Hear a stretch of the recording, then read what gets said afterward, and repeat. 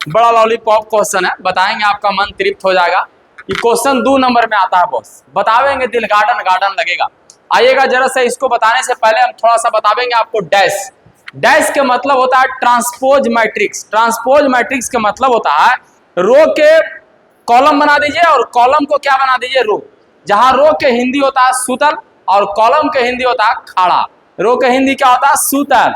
Column के हिंदी क्या होता है, खड़ा। जैसे एक बार आप देखिएगा, ये हो गया मैट्रिक्स, 2 है, 3 है, 4 है, 6 है, 8 है, 3 है। इसको बोलते हैं हम रो, ROW। इसको क्या बोलते हैं, रो। और इसको बोलते हैं कॉलम, COLUMN। रो के मतलब होता है सूतल और कॉलम के मतलब होता है खड़ा। तो मान लिया जाए ए बराबर कोई मैट्रिक्स दिया, 2 3 4 5 6 8 7 4, बोलेगा इसको ट्रांसपोज मैट्रिक्स निकालने के लिए क्या बोलेगा, ट्रांसपोज। ट्रांसपोज के मतलब सूतल के खड़ा और खड़ा के सूतल, सूतल के खड़ा, खड़ा के सूतल। तो आइएगा इसको हम करेंगे डैश। आप ट्रांसपोज मैट्रिक्स के 80 से भी लिख सकते हैं और आप ए डैश भी लिख सकते हैं, दोनों से आप कहूं भी सूचित कर सकते हैं आप।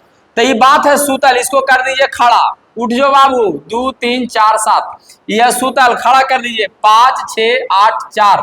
और इसी को हम बोलते हैं ट्रांसपोज मैट्रिक्स।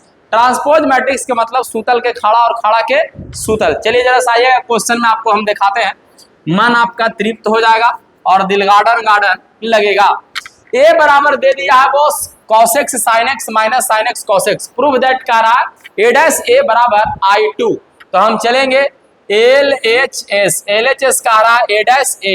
डैश के मतलब होता है चेंज, डैश के मतलब क्या होता है, चेंज। सूतल के खड़ा, खड़ा के सूतल, कई लाइन है सूतल, करिए खड़ा, ये हो जाएगा cos x और ये हो जाएगा sin x। सूतल है, करिए खड़ा, माइनस sin x, आई हो जाएगा आपका cos x। अब बोल रहा है ए, तो ए के मतलब वही वाला बात लिखेंगे cos x और फिर लिखेंगे sin x और फिर लिखेंगे यहाँ माइनस sin x और यहाँ हो जाएगा cos x।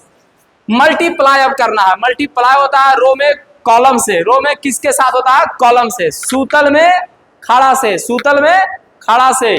तो आइए ई लाइन हो गया रो, ई लाइन हो गया कॉलम, cos में cos से गुना cos square alpha minus minus plus sine square alpha. जब एक रो एक कॉलम में गुना हो जाएगा तो फिर अगला से करना है। तो ये हो गया रो, ये हो गया कॉलम।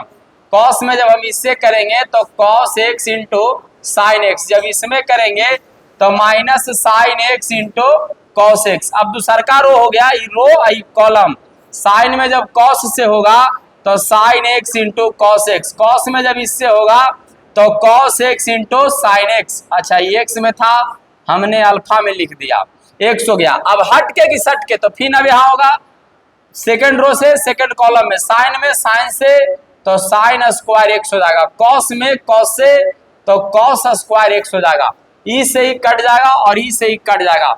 आप क्लास 10 में फार्मूला पढ़े होंगे sine square theta plus cos square theta बराबर 1 का होता है 1। तो इसका वैल्यू हो गया bro cos square x plus sine square x बराबर 1, और इसका वैल्यू कट गया तो 0 हो गया, ई कट गया तो 0 हो गया और ई कट गया तो 1 हो गया। इसको हम बोलते हैं यूनिट मैट्रिक्स। क्या बोलते हैं, यूनिट मैट्रिक्स। यूनिट मैट्रिक्स के डिफिनेशन डायगोनल 1 होना चाहिए और ऑल एलिमेंट 0 होना चाहिए। यूनिट मैट्रिक्स के इंडिकेट I और I2 से भी किया जाता है। आपको समझ में जरूर आया होगा, मन तृप्त हो गया होगा। लाइक कॉमेंट शेयर सब्सक्राइब जरूर करिए। Bye, love you.